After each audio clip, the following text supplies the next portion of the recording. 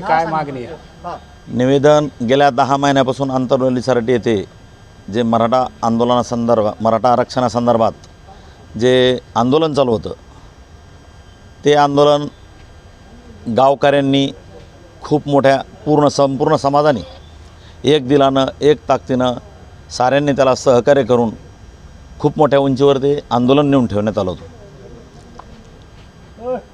कालांतरानं त्याच्यात थोडे बदल होत गेले, वैचारिकता फार बदलत गेली, गावात थोडा समन्वयाचा अभाव होऊ लागला, जवळचेच माणसं एकमेकाला काही चांगल्या पद्धतीनं पाहिनात।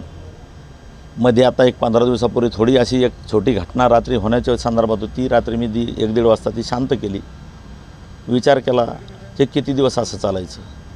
आपण याला माध्यम दुसरं पण आहे, जे काही शासनाने आरक्षण दिलं ते मान्य करायचं नाही करायचं हे साऱ्या यांनी आता ठरवून जे दिलं ते शासनाने टिकवण्याची त्याची जबाबदारी घ्यावी आणि मराठा समाजातील मुलं असतील यांना जिल्ह्याच्या ठिकाणी एखादं वसतिगृह, मोफत शिक्षणाची व्यवस्था, खाजगी क्लासेसमध्ये 25% सूट, अण्णासाहेब आर्थिक विकास महामंडळाचं जे काही 15 लाख रुपये ते लोन देतात ते 25 लाख करावं आणि त्याच्यातली जी जमिनीची जे कागदपत्राच्या अटी आहेत ती सुसूत्रता त्याच्यात यावी।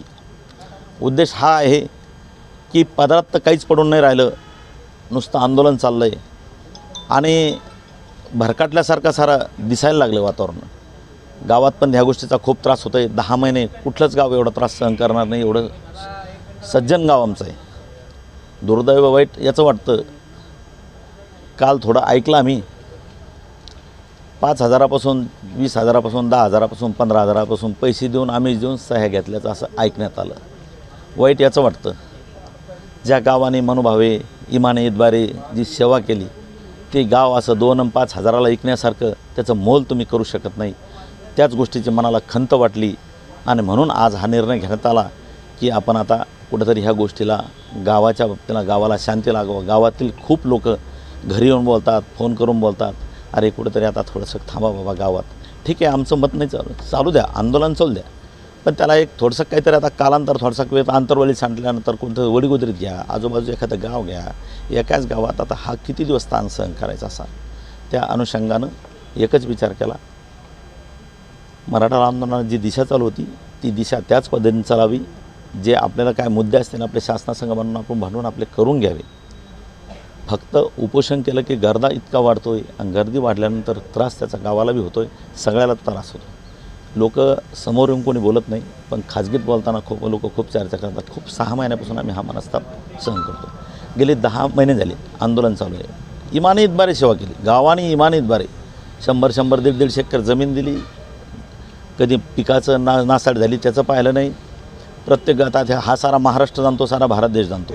आंतरवाली सर्च केल्यानंतर आंतरवालीला किती तकलीफ सहन केली, परिसरातल्या गावाने तकलीफ सहन केली त्याची। खूप गुन्हेगोविंदानं वागणारे लोक आमच्या गावात कधीही कुठल्या अशा केसेस भानगड नव्हत्या। असो, एवढंच या विषयावर बोलायचं। आणि जिल्हाधिकाऱ्यांची भेट घेतलेली आहे, काय नेमकी मागणी केलेली आहे? मागण्या ह्याच केल्या, मागण्या म्हणजे आता हे आंदोलन थोडा आता या उपोषणाचा कार्यक्रम थोडा स्थगित करण्यात यावा, थोडी गावाला थोडा रिलीफ भेटन। आता पाऊस पडायचा टाईम आला, कामाधंद्याचे दिवस आलेत, लोक सारखे त्याच्यात गुंतून पडतात। या हिशोबानं थोडंसं एक तर स्थगिती द्या, नाही तर कुठेतरी बाजूला दुसऱ्या एखाद्या ठिकाणी त्यांनी करावं। आमची न करण्याला आमची इच्छा नाही। आम्ही पहिल्या दिवसापासून प्रामाणिकपणाने त्यांच्यासोबत होतो। काय त्रास होते गावकऱ्यांना, काय त्रास होते नाही? आता तुम्ही सांगितलं ना 5-5, 2-2 हजार रुपये त्यांनी केला गावकऱ्यावर त्रास म्हणजे त्रास हाच की गावात आता लोक खूप जमतात, खूप हे होतात, त्याची रहदारी रस्त्यावर मुख्य रस्ता येण्या जाण्याचा आहे आणि जाती सलोखा ठिकाणावर आहे ना।